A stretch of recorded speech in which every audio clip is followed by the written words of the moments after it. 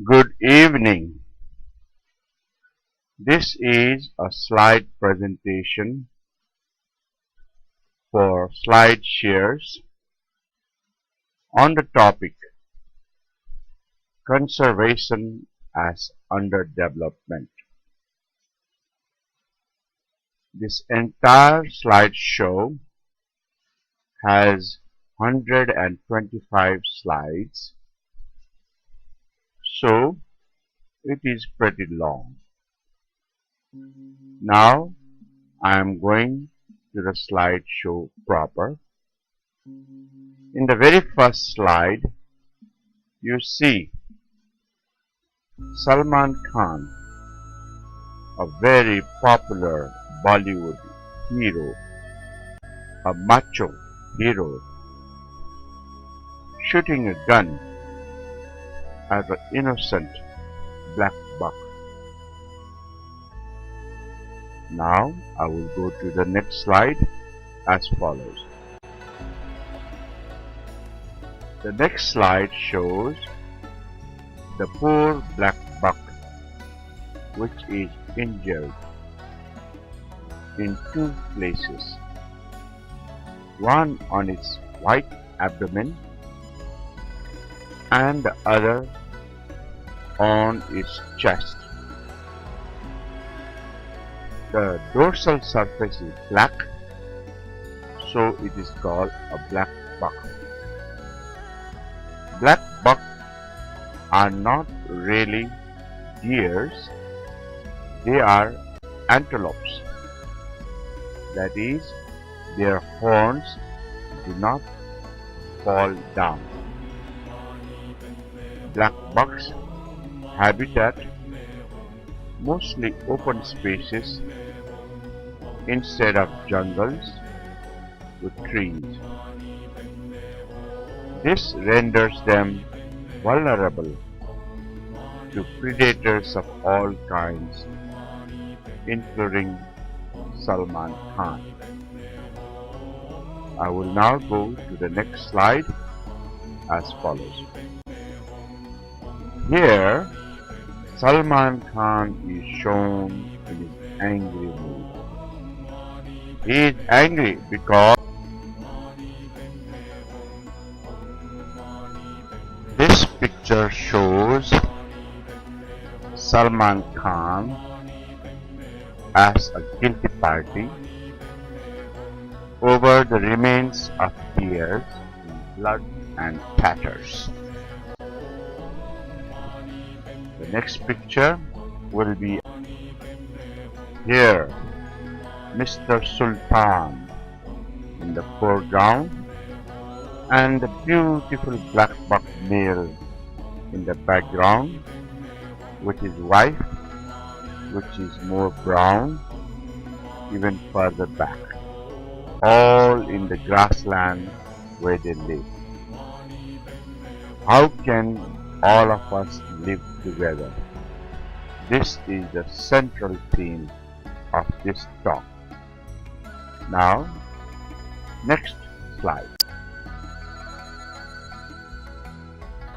Salman Khan was considered guilty of a crime he committed nearly 20 years ago. However, this gentleman here had been committing similar such actions about 50 years ago. This is the late King Mahendra. The late King Mahendra was an avid hunter.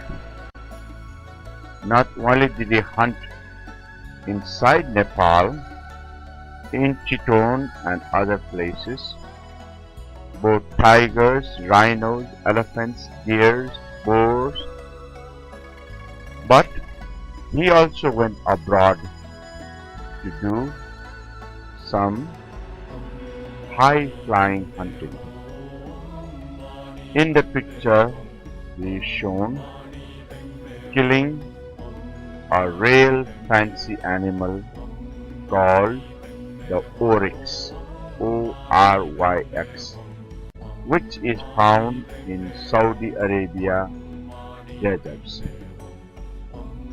This animal was one of the first animals conserved by the World Wildlife Fund because its numbers were down and it is a very charming looking animal which King Mahendra and many other important people had gone to hunt.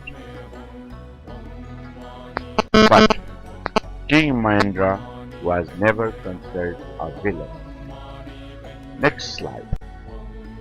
Here is just a partial list of some of the animals which he killed. Bears, gharial, rhino, sambar, wild buffalo, spotted deer, barking deer, black buck like the black buck of Salman Khan, tiger, swamp deer, hog deer, leopard, wild deer and tigress. It shows the dates all the way from 1933 to 1964 and some of the record sizes because these were symbols of masculinity. These were trophy animals you showed off. Next.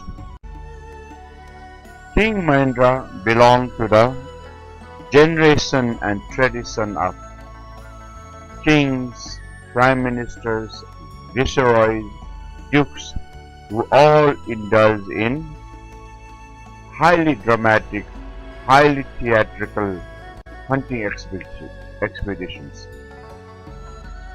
In a diary kept by the late Kesar Samsher Jangabahadur Rana is shown some of the animals and the numbers that were killed between 1870 to 1921. 90 tigers, yes, 90 tigers. This is about 60% of the last official census of tigers in Nepal at 155. But no one raised a finger that the tiger population was on the verge of extinction. It was all sport. The Duke of Edinburgh killed 2, while the Prince of Wales killed 23 tigers. King George killed 39 tigers. They were invited by kings and prime ministers, and as many as 300 elephants were put together to hunt, to corral tigers in a V-shaped enclosure with white cloth in which the hunters stayed at the narrow end and the tigers were flushed out by the elephants and the hunters killed them. The next slide shows the source of this document. The source is the diary of Field Marshal Kesar Samsher Jangabahadur Rana, in whose house is the Kesar Mahal or the Ministry of Education, since late Kesar Samsher was considered a very bookish type of Rana minister who put together one of the largest libraries together. Based on his diary, Rishikesh Shah wrote another book called Notes on Hunting and Wildlife Conservation in Nepal, published in 1970. So, this is just a historical tidbit. We will now go to the next slide shows Yours truly, Amulya Tuladar, who had gone to the Indian Forest College to study forestry because he really wanted to study wildlife, to save wildlife. He figured to save wildlife like tigers, they needed space, habitat, forest. So this was the place to go. But the Indian Forest College had a long history of colonial hunting, and there, in official dinners, we were inside dining rooms where tiger skins were displayed. Here I am having dinner at a tender age of 21. But before I went there, I had already spent about 6 to 8 months in Chittagong National Park studying tigers. I will go into the details of that later on. Here I am. Tigers. Yes, I am shooting a tiger, but with a camera, not with a gun. But for research, not for trophy.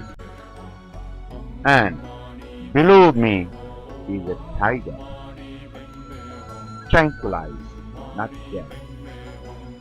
Behind me is a sal tree, Shoria robusta. On the right side is the elephant glasses. We had just completed radio collaring the tiger for research purposes. I was working for the Smithsonian Nepal Tiger Ecology Project. Once the tigers were radio colored, we followed them around with specific radio frequency transmitters and receivers as follows. Here I am describing this research called radio telemetry because we try to find the tigers based on distance measured or telemetry with radio frequency, and we follow the tigers on elephants, on chartered planes, on jeeps, on walking, all the time to see what is the range of their habitat, who do they kill or socialize, so that if the tiger population started to increase, we would have a scientific basis to recommend which direction, which space might be taken over for more tiger conservation. As a result of our work, Parsa Wildlife Reserve was later annexed into the Chittagong National Park to give it more space for its habitat. Next slide as follows. In the next slide here, I am atop an elephant. We had about 28 elephants at our disposal. In front of me is the mahout, the elephant driver, and he is carrying an aluminum T-bar, which is really an antenna, a directional antenna, which I try to swivel on top of my head left to right in about 120 degrees to look for signals once these antennae are attached to my receivers. And since each tiger or tigress has a particular frequency, if they are nearby, their signals are shown in the receiver. Once I am swiveling and I get the strongest possible signal, that particular direction is supposed to be where the tiger or tigress is. And by a process of triangulation in which we draw these lines, and wherever these lines of triangulation intersect would be the location of the tiger. That way we map out the locations of the tigers and their habitat. Now towards the back of me are the tops of elephant grasses. Elephant grasses because they are so tall that they drown elephants, and tigers move inside them unseen by predators, unseen by human beings. Next slide. Here, after we have captured a tiger by tranquilizers, we make our measurements and then take a little indulgence after a book by one of the first travel agents or tourism foundation called Boris. Based on Boris's management of Hotel Royal, where guests for King Mahendra's coronations were put up when Nepal was still an unknown Shangri-La, a book was written called Tiger for Breakfast. And here I am too having tiger for breakfast. Here I am eating up a tiger. No, the tiger is not dead. The tiger is very much alive. He does not like it.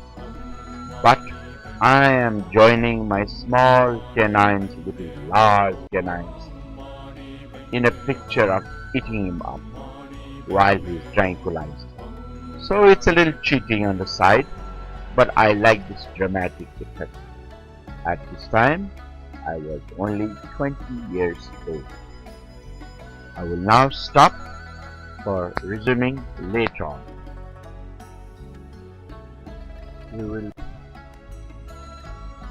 finally the formal title of my presentation is as follows: Conservation as Underdevelopment,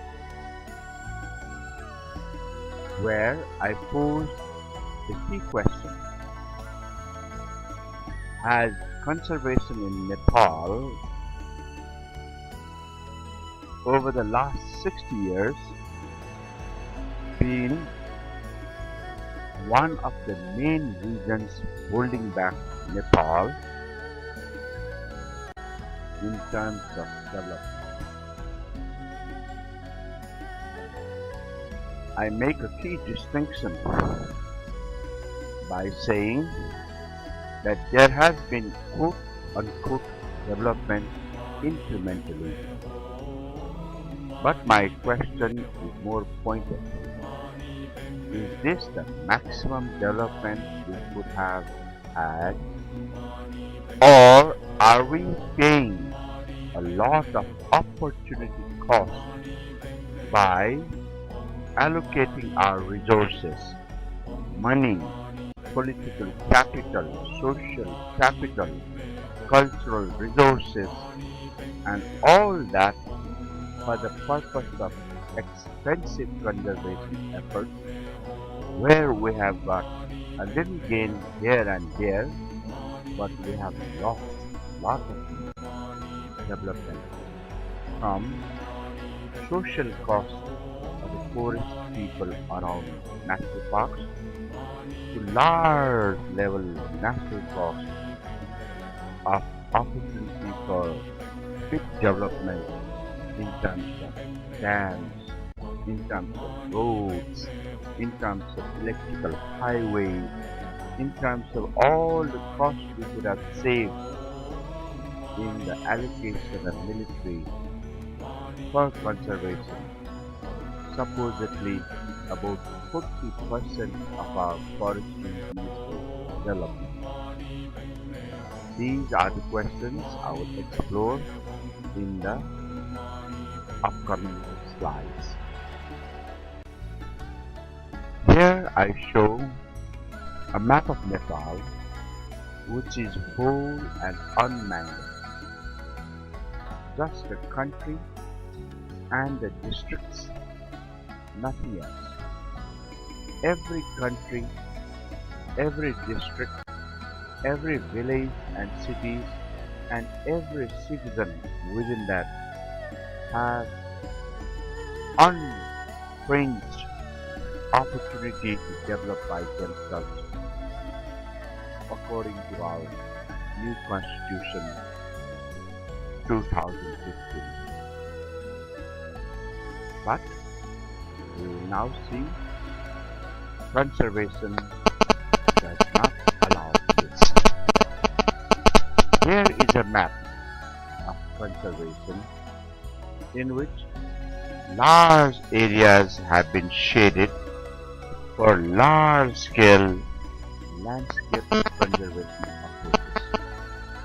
The latest in the series of different conservation approaches. You can see nearly 2/3 of Tarai has been taken over for Tarai Arc landscape. Almost a big chunk of central Nepal has been taken over for Annapurna Camp and Chitwan National Park or Chitwan Annapurna landscape. Nearly all of the eastern Himalayas have been taken over for Sacred Himalayan landscape.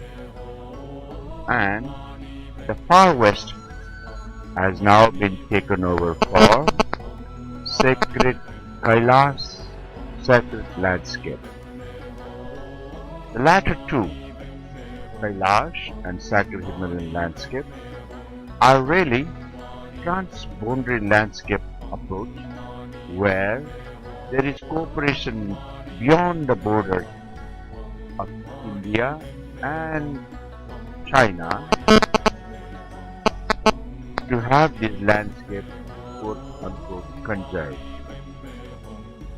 When an area is taken over for conservation, the constitutional rights of the people there, the constitutional rights of the citizens, the districts, the villages are constrained for conservation purposes, and they cannot develop as much or as freely as they as per the Constitution.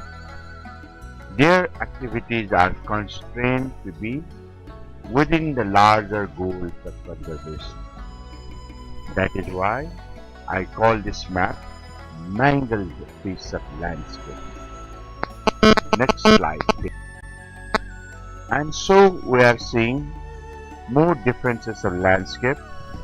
Here is the eastern Himalayan landscape, both of Nepal, Tibet, Bhutan and Sikkim, all parts of the sacred Himalayan landscape. You will also notice that in all different countries and areas, it is usually the marginal Mongolid people of Tibet, of Sherpas, of Lepchas, of Nepalese, who have been sort of strong-armed into accepting this constraint. Next slide. This shows more closely how Tarai Arc landscape and Sacred Arc landscape has been conceptualized. You will notice within Tarai, which is the southern green belt, small patches of green and red, which are really old protected areas. Chitwan National Park towards the center, Bardia National Park towards the western end, and then patches of yellow, which are buffer zones. So, this highlighted area of green are really an effort to conjoin these protected areas into a larger area called landscape. And the reasons given are multifarious.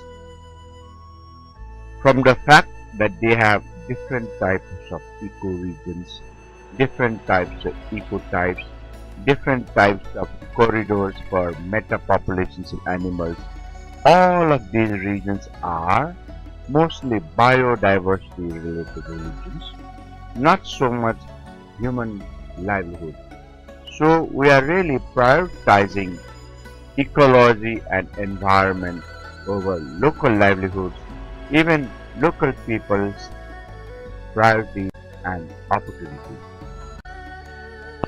Here is a close-up of Tarai Arc landscape, one of the first landscape approaches implemented in Nepal, and there you see the reason being we are trying to make sure that the metapopulations of charming animals like tigers, rhinos, which used to roam about unimpeded from Chittone to Bardia, are now impeded by habitations, by cities, mostly shown as yellow, so that tigers of Chittone cannot mate with tigers of Chitrahata or Bardia. Same with rhinos. This causes these animals to intermate among themselves, raising the possibility of restless genes and more diseases coming up, and ultimately causing them to be extinct, even though their numbers are generally decreasing. So, we try to identify those places where there are remnants of greenery, remnants of forest mixed with agricultural land, which can be saved, quote unquote, so that animals can go from one place to another unimpeded. These places are called corridor. As you can see in the map, there are several corridors marked in red: Lal Dhari towards the west, Basanta, and then we have Madhepuri, Lamai, etc. Next slide. This concept has been enthusiastically promoted all over the regions by international governmental agencies, including ICIMOD. ICIMOD stands for International Center for Integrated Mountain Development, which coordinates activities in the 8 mountain countries of the Himalayan and Hindu Kush. And here it has proposed to start the Mount Kailash landscape approach involving India, Nepal, and China, Tibet,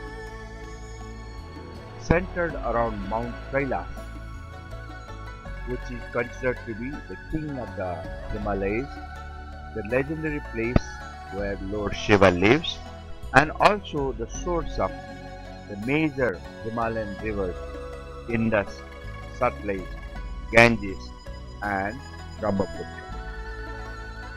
Next shows studies that have been proposed to implement this landscape approach with these vertical yellow lines called transects in many places, 7 places, including Afghanistan, Pakistan, Nepal, Sikkim, Bhutan, even Bangladesh and Burma, all under the auspices of ICIMOD.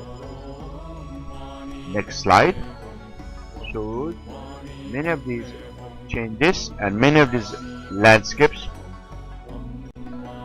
Now, this all began quite early in the 1990s in one of the seminal papers of Dr. Chandra Gurung, who was in the leadership levels of King Mahendra Trust, now called National Trust for Nature Conservation, and later also on the World Wildlife Fund, Nepal, in which the proposal was put forward to link these protected areas in grey color here, the buffer zones in shaded black color, all together in the larger landscape shown here in large arrows, grey color arrows. Number 1 being Tarai, number 2 being Koshi Everest, number 3 being East Himalaya. Next. So, this particular picture shows how the idea of conservation is developing in such a way that larger and larger areas have been set aside for conservation purposes.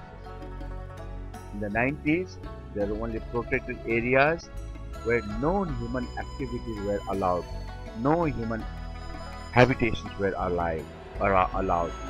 So, in Chitwan, there was always the pressure to remove Badampur village within Chitwan National Park.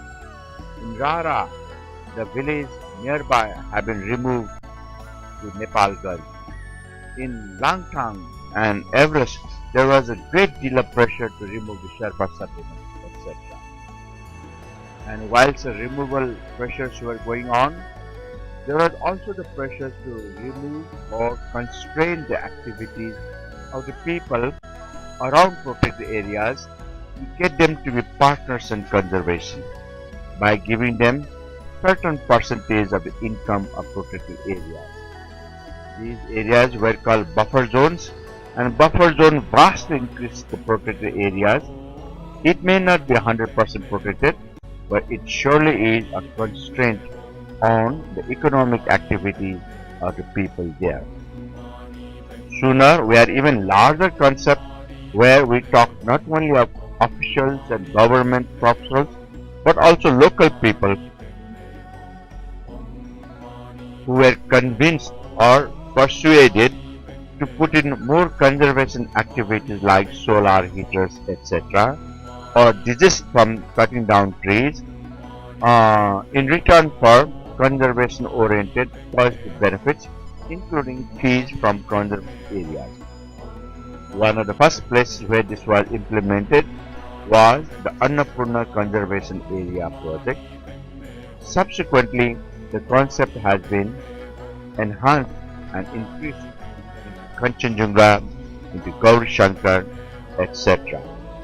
Now, in the 2000s and over, we are now trying to link national parks, wildlife reserves, buffer zones, conservation areas into even larger areas called landscape approach, for which we began with Tarai Arc landscape, Western Tarai landscape, East Sacred Himalayan landscape, Kailash mountain landscape, and the Chitwan Annapurna landscape. This is the exciting thing on conservation approach nowadays. This shows how the areas have been increasingly added. So in some times we had areas of 932 for Chitwan National Park, and at different places different national parks were added. So in 1991 we added 9,129 kilometers square, and in 2005-2010 5,208. The next figure shows that in terms of national park we have 10,853 square kilometer of national park and 15,426 of conservation areas. Now, both of these graphs do not include the areas under landscape approach yet.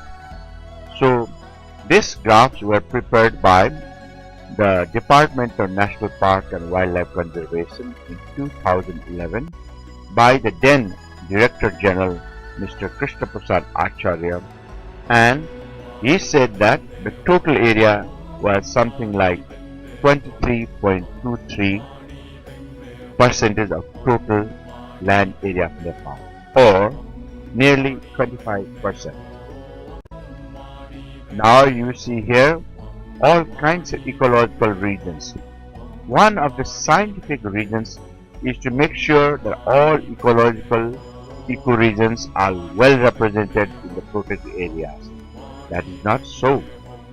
We find that there are too many areas on high Himalayas, too many areas in Tarai. Both areas are somewhat marginal people according to Nepal political scenario. But in the mid-hills, which is inhabited by the most powerful castes of Nepal, we have only three, and very teeny ones. In Kathmandu, we have Shivapuri National Park, SNNP. We have Khaptar National Park, and there's a third one which I can't see on the map.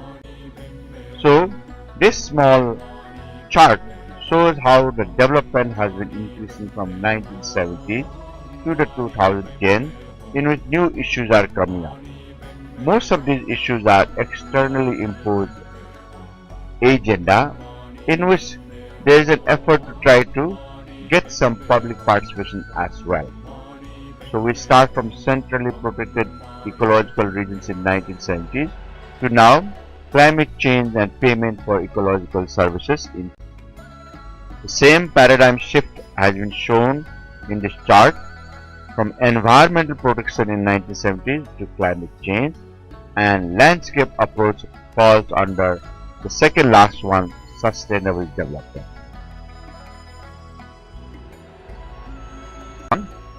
Here we are seeing now, these are actual areas and projects where the government of Nepal has invested people, money, legal powers, etc. to help in conservation. The question now arises, could those same number of people, their salary, their training, their capacity build up, the political cost, the social cost, been invested in other type of adventures or investment so that Nepal got a better deal in terms of development dividend for all of Nepal instead of just a few people involved in this enclave, the conservation experts as well as the foreign NGOs. Here we have Nepal government's legal investment in terms of National Park Regulations Act 1973 as well as important policies from wildlife farming policies of 2003 to semi-government institutions like National Trust for Nature Act, for which a separate regulation have been developed. All of these represent different phases of institutional commitment made by the state of Nepal towards conservation. Can all those energies and investments and institutions be invested elsewhere for a better return? That is the question I am asking you to consider. Here we see the different activities sort of broken down under conservation, from habitat management to culture conservation, and in the chart on the right side we see the total investment in green from about 192,234 thousand rupees perhaps, yes, 1,000 rupees perhaps, in 2065-66, that is almost 10 years ago, to now 5 times its number to around 508,091,000, so around $500 million rupees. In that total investment in green, you can see that the state of Nepal government investment in terms of its salary, in terms of maintenance of infrastructure, etc., is also increasing, and increasing as a larger percentage of total investment from 156 million to 378 million, more than double. And the development aid, which is the red one, mostly funded by donor agencies, is increasing but at a slighter rate, from 35 million 5 years ago to 129 million in 2066. So we have had some successes with all this investment. Say for tiger numbers, which used to be around 98, has climbed down to 155, okay, and it's now hovering around 192 or so, okay, and we are trying to sort of take a few more tigers to different areas like Bardia, etc. So we are having quote-unquote success, but sometimes there will be some setbacks. Thus, last month we had 4 tigers died in Chittor National Park, and rhinos too. From 800 we had a steep decline to nearly 400, 300 and 100, and now slowly recovering all over the 534 with a lot of conservation activity. Yes, we've had some success, okay, with other animals too that require conservation: tigers, cow, crocodiles. These are all endangered animals which require a lot of investment. Okay, you see in the beginning or in the top row there's black buck, okay, which was shot by Salman Khan at the very beginning of our slide.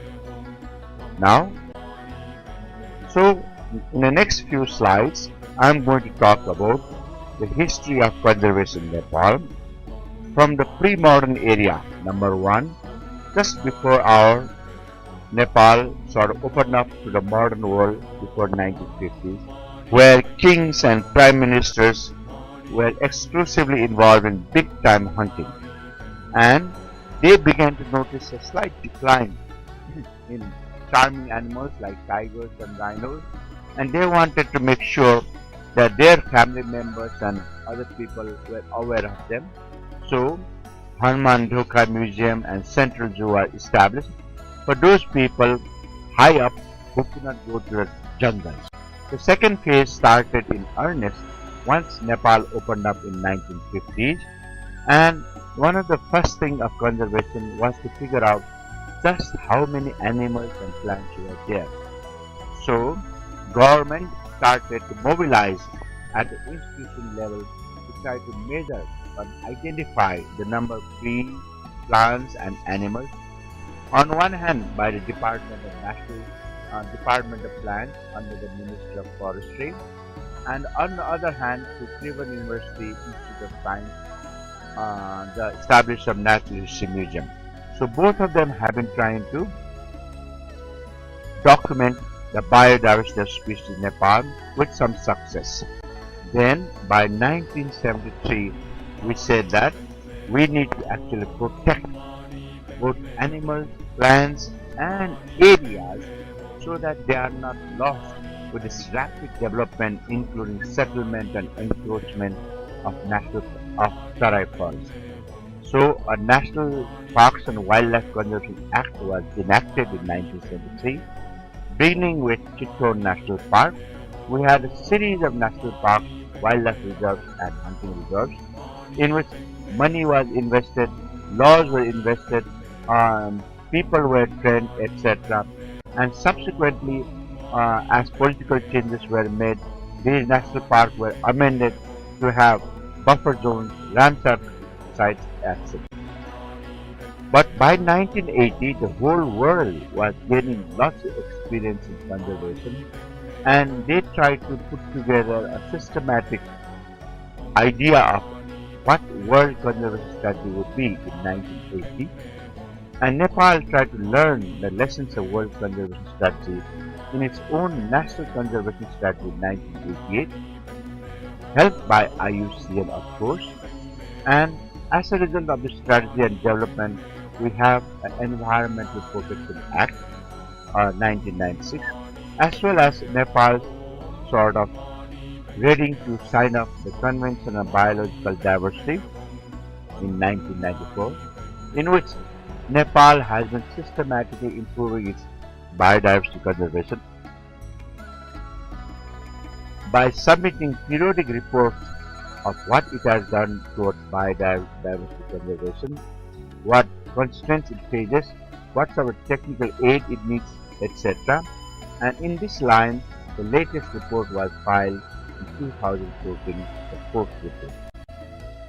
Now, we see that after nearly 20 or 30 years of experience, we see that newer concepts are developing, and we are beginning to raise the question that perhaps instead of having only professionals with lot of central powers like National Park Department full of foresters, rangers and wildlife specialists helped by the Nepal Army, Maybe we can have better project conservation with local people involved with just little bit of technical help, just like the conservation area of Annapurna camp, which is cheaper, much more sustainable, etc.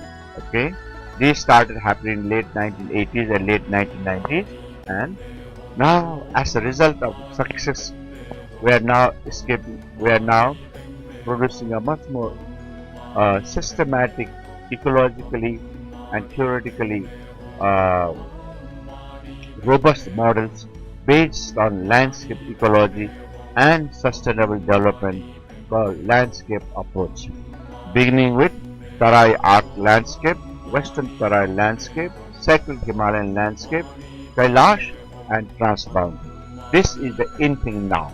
This is the maturing thing now, beginning in early 2000 and still continuing. However, now is the time to ask and pause. Okay, what has been the cause behind the benign smile of conservation? We find conservation full of this nice halo of doing nice things to the world, nice things to the environment, nice things to ecology, just like Mona Lisa. But when you see the conservation when it's actually practiced, it's Mona Lisa with the AK-57, with the army uniform. There's a lot of coercion involved in conservation, which often does not make it to mass media and public consumption. Okay, here are the next few slides in which Nepal Army has been a major player in conservation activity, the major success behind tiger and rhino rehabilitation, and it is said that without the help of Nepal Army patrolling these areas for poachers and other enemies of conservation, we would have lost a lot of these animals. And this was sort of proven during the time of Maoist insurrection, in which Nepal Army, which were allocated for conservation, had to be reutilized for internal peace. And then we saw a spike up in animals that were lost. So, next few slides are from the Nepal Army webpage. These are sort of formal statements made by the army, stating in this slide the type of activity it does: patrolling, protection, and controlling encouragement, supporting nature conservation research work, providing manpower for counting wildlife census, etc. They are all over all of the national parks and wildlife reserves. 7 of them are listed here, from Kushitapu, Sagarmatha, Chitwan, Parsa, Langtang, as well as Shefuksundu, Bardia, Khaptar, Suklapata, Shivapuri, etc. So there is a lot of manpower that has been invested from the army. Here is the figures. This figure says that this Nepal Army has been involved from 1960s and 70s, and they have invested some 372 individuals as well as large number of security forces. Here it actually gives the numbers right here. 7,627 Nepal Army people are involved in 138 outposts, 7 battalions, 7 companies. That's a lot of national people, that's a lot of money, and that's a lot of investment. No wonder we do get some results like zero poaching year 2030, etc. The next slide shows Nepal Army people performing nature conservation duty, and they work very closely with Ministry of Forestry, National Park officers, as well as nature conservation. And here they also get help from international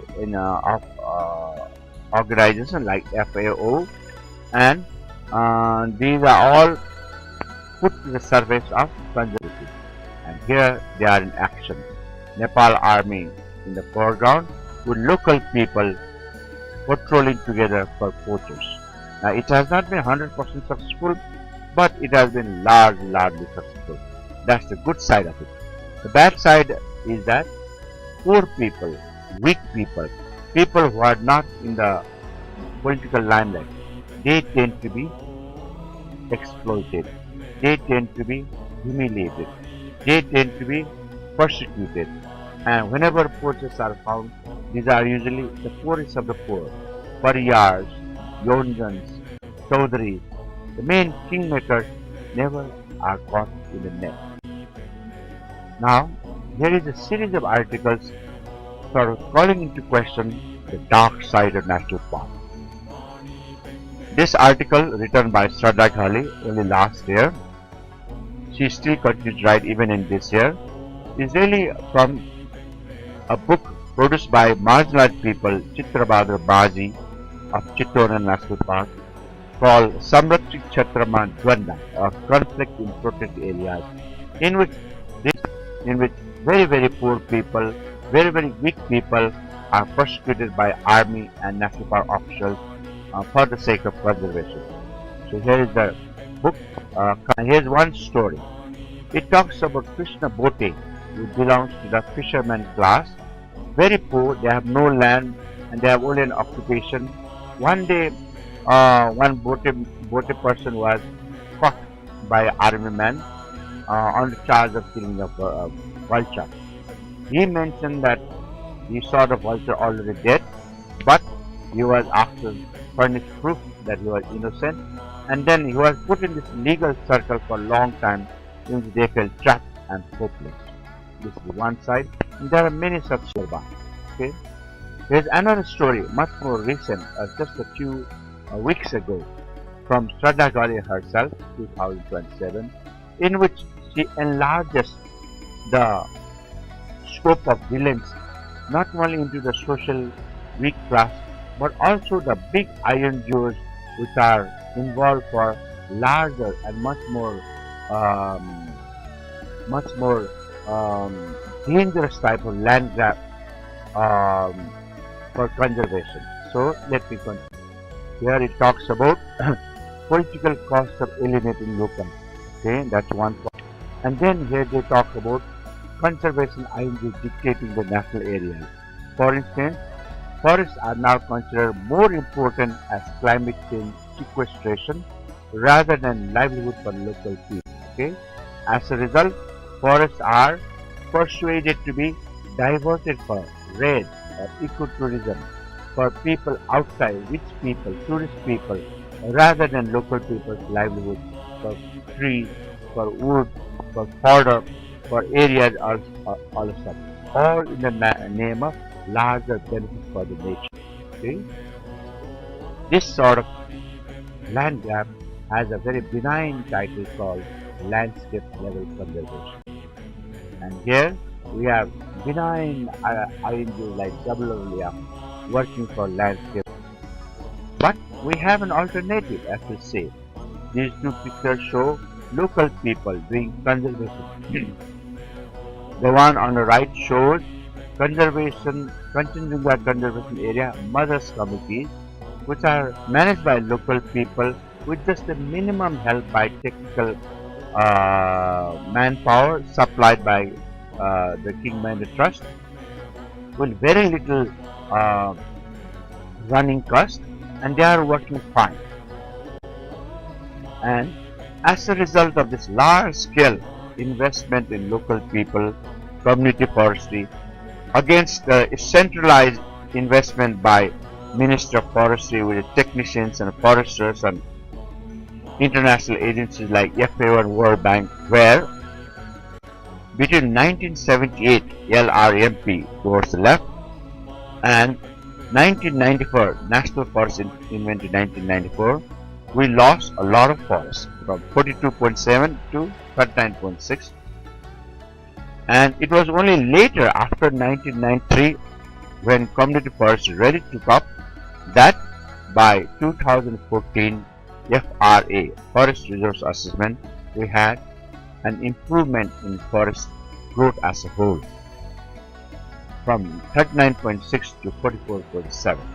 It's only 5%, but given the fact that from 1950 to 1994, Nepal had witnessed deforestation at large scale, despite all sorts of programs, despite all sorts of scientific forest management because of the weakness of governance, because of the weakness of central planning, because of the weakness of command and control, and also because of the weakness of the numerous INGOs advising and providing technical aid. We lost a lot of forest. So here is one area where local people were considered to be villains, were now the heroes of actually increasing forest. So what is the sort of money that is allocated for forest conservation? Here are some figures which I got from most recent newspapers. 15 billion for forest conservation, then 1.92 billion for tree conservation, and 7.65 billion for environment conservation. Together they make around 2 billion worth of forest conservation. So I have not been an enemy of conservation for long. In fact, my entire life I have been a friend of conservation, trying to invest all of my training and knowledge in investment.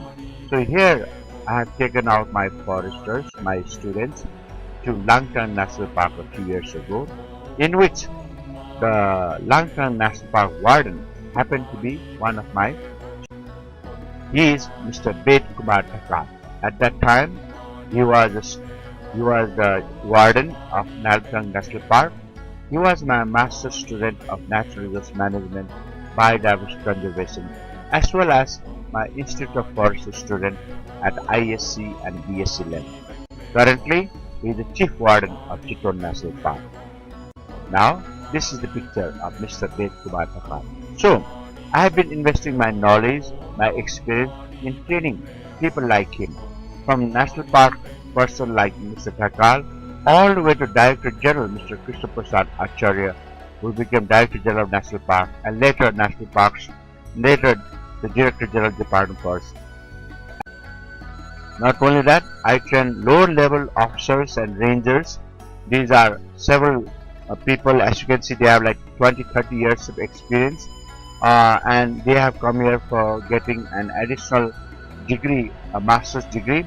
And here I have been teaching them biodiversity conservation, and I taught about 8 or 9 batches of them at the Nepal Engineering College, Natural Resource Management. And here are my students, even last year. The students in the background are my National Parks and Wildlife Management, Forest and Wildlife Management group, and they have gone to get some interview from the Director General of National Park, Director General of Forest, Mr. K.P. Acharya, who was also a Director General of National Parks and Wildlife Office, and my own thesis student at Institute of Forestry. So these are all my students, and I have invested a lot of my effort in training these. And I have not given up. Last year, a friend of mine, a photographic friend of mine, produced a book called Birds of Nepal based on photographs, and I was there to launch that photograph at the Yellow Mine only last year. So my love of national parks, my love of wildlife, my love of nature is still there. The question I ask is, what is the best way to continue? Here is the Birds of Nepal, which was launched, for which I happened to get the autograph copy from Hari Sharan Kaji, one of the first conservation bird ornithologists of Nepal. I am now going to pause a few minutes before I come back again.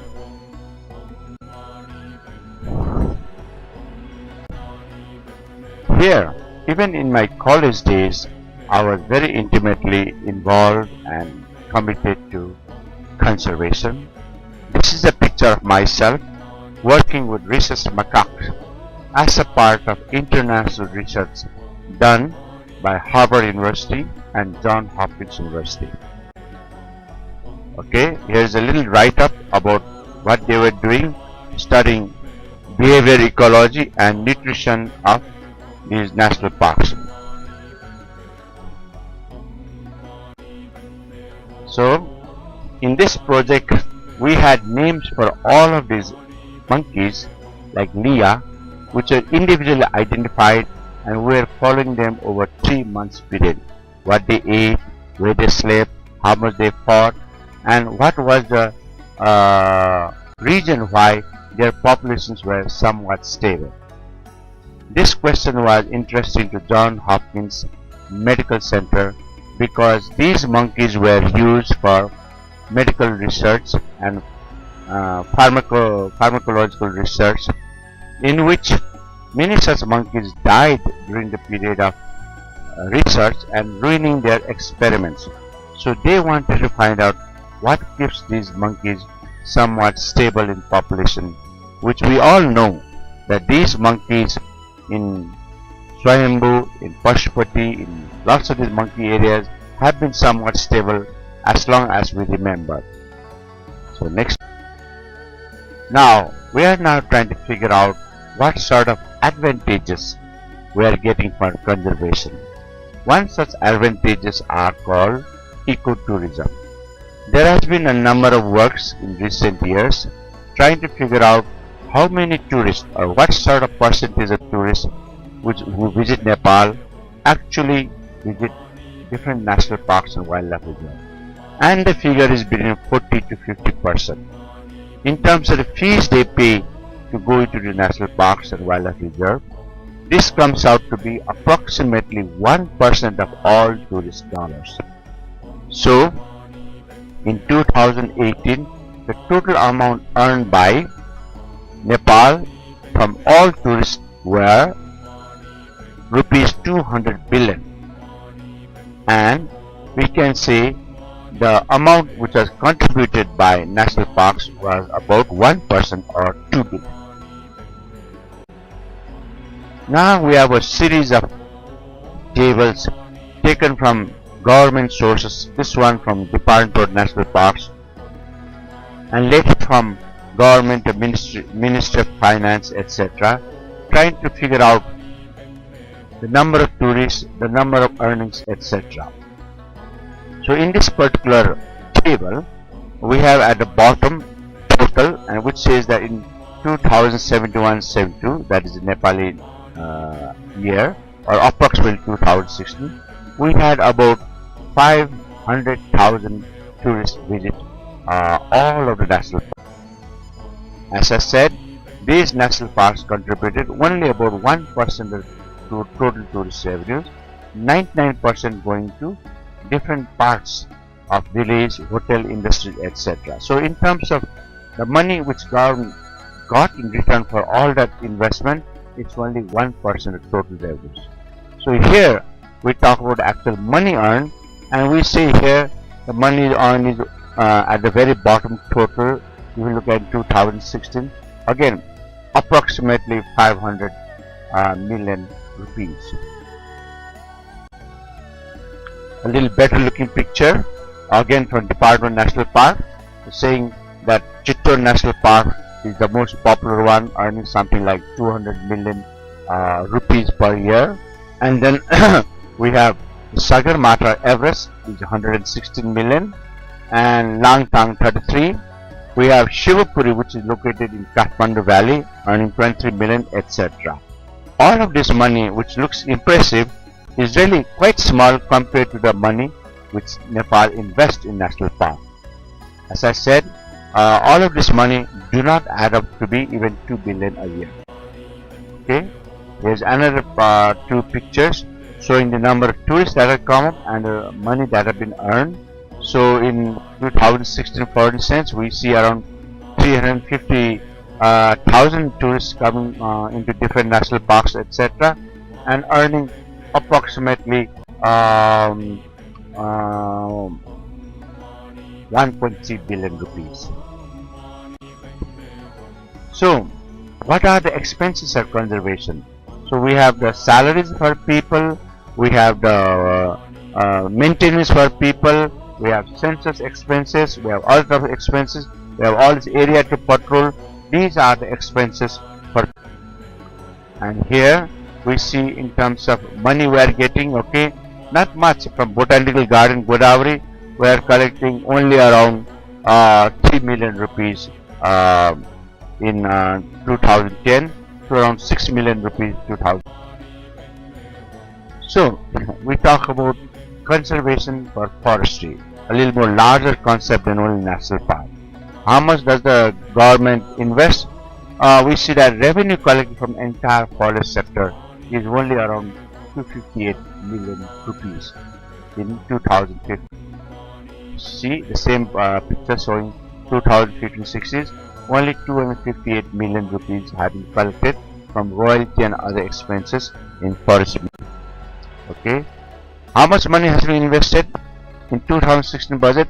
630 million.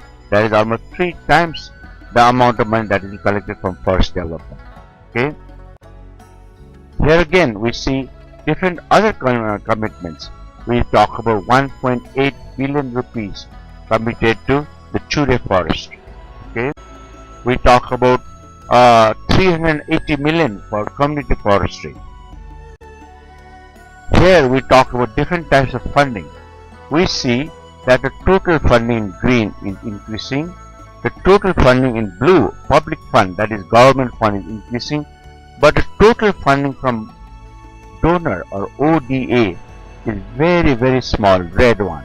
So the larger and larger component of the total fund for conservation is being borne by Nepal state government, and the question here is, could we have found a better use for that money?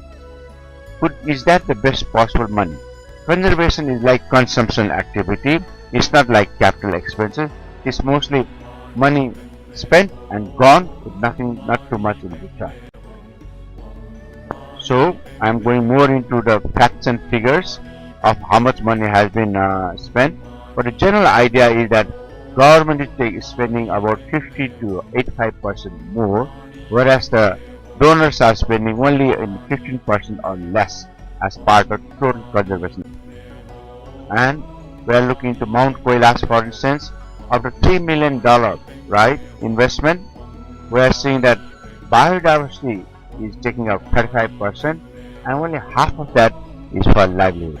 Meaning local people livelihood is only half as important as wildlife and biodiversity. Here's again the picture from National Park Nepali portion talking about how much money we have earned. So it talks about rupees 550 million earned, about half a billion in 2000. Again it talks about expenses 1.2. See, half a billion earned, 1.2. So basically only we are getting less than half of what we invest. Here again we might get a little money here and there for renting out our national parks and conservation for movie making. It looks nice and newsy, but the total money is okay. Here are future plans in terms of National Biodiversity Strategy Action Plan, okay, all the way to 2020. And it is planned that 672 million would be spent for different activities, A, B, C, D, E, F, A being forest biodiversity, E being mountain diversity, etc. The interesting part is how much of this expense will be borne by the government Nepal or Nepal government's tax money, and how much will be borne by the donors, etc. And this picture at the end shows more than half or 55% would be borne by government Nepal, and only about 10%, 10 to 25% would be borne by donors and INGOs.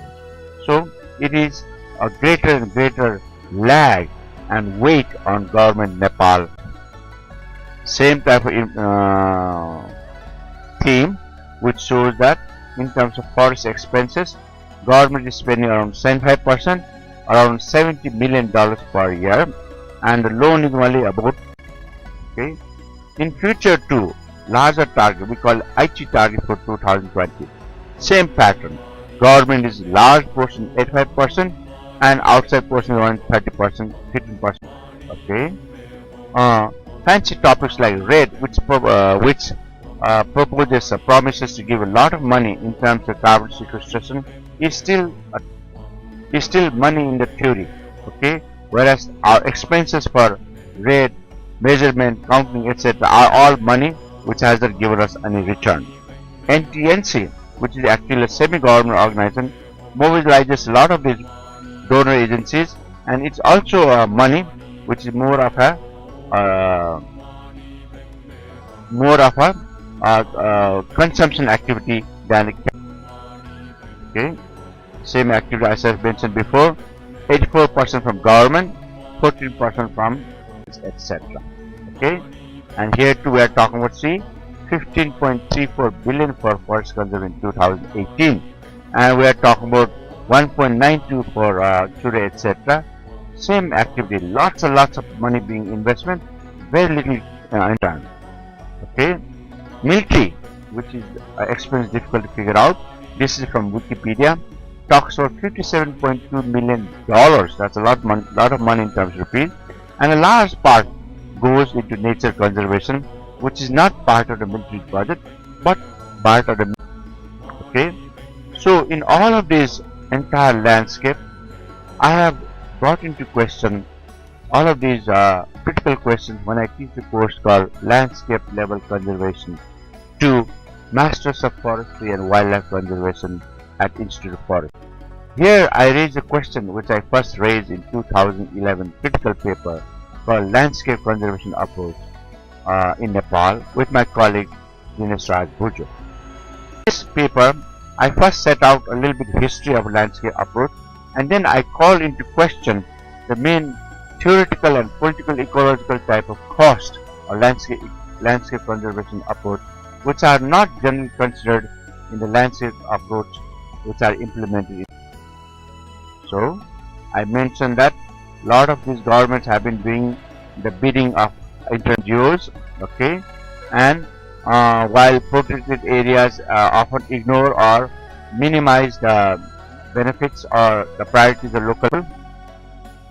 And despite all of these non-ideological experimentation, we are actually seeing basically the shifting of local and national priorities and agenda to NGOs and international priorities. Okay.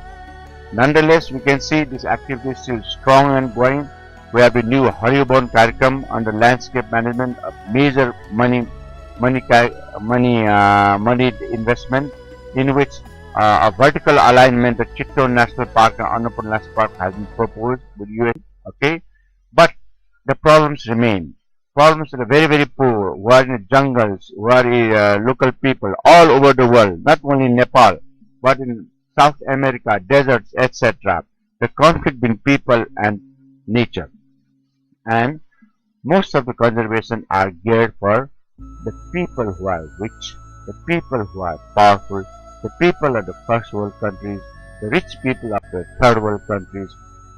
Their agenda is basically subverting the agenda and the benefits of the poorest of the poor people and the poorest of the poor. See, this debate unabated. So my main question here, my main conclusion here is that conservation has been a net loss, earning less than 1/10 of the money that's done. Okay, I am trying to now dramatize this not only in terms of money, figures, pictures, etc., but in terms of real people. Here is a young boy of 8. Okay, imagine Nepal is like the young boy of 8, full of potential, full of innocence, full of things people there want to be, etc., but also weak, not able to do whatever he can. This young boy was coming back from his school into his village house, and he was trudging this road next to a forest in the background. This forest is Surabhi Naik Forest, not very far forest. It's a forest in Bhaktapur area, an old religious forest. This is the area where it has been proposed to have a new jungle safari instead of the central zoo. And while walking there, something. This young boy was bounced back by a leopard, a mother leopard with 3 cubs, looking for food, not finding it in the forest, not finding it in near villages, and desperate to make sure the cubs had some milk, maybe some meat to eat. And what did he find? This young boy. So only around 5 o'clock or so, this young boy was going home with his own friend, same age. The leopard pounced from the back before he could yell anything. He was dragged into the forest. In a matter of 2 to 3 hours, when the villagers rushed into the forest to look for the boy remains. See, the upper thighs and the hip has been eaten up, the head has been eaten up. There's only the torso and the toes, and they could not locate the leopard. They did find the leopard in the cameras, and it had 3 cubs. They are still trying to find the leopard. They are still not find. Now, would you call leopard bad? No. The leopard is equivalent to conservation here. Just like conservation has mangled Nepal, the leopard has mangled the field over here. The question is, should you have this mangled boy or mangled Nepal, a mangled future, or with people? So, this is a little boy in Nepal, all mangled up and eaten up just by a leopard. And here I am saying, just like the mangled up, our constitutional right to freedom to earn whatever we want, not only as an individual level, but as citizens, but as people, to have hydroelectric dams, to have factories, to have a big development, are now constrained because we have to lock up trees for carbon sequestration, we have to lock up forests for biodiversity conservation, we have to lock up a lot of these opportunities for people to improve their livelihood, both villagers as well as city people. They have to stay without water and electricity for so long, all because we are putting conservation for the benefit of international INGOs, international ecological lobby, and for a small enclave of Nepalese foresters and wildlife properties who are getting a lot of money. So, these are the questions I just raised, written up in text, and this continues on.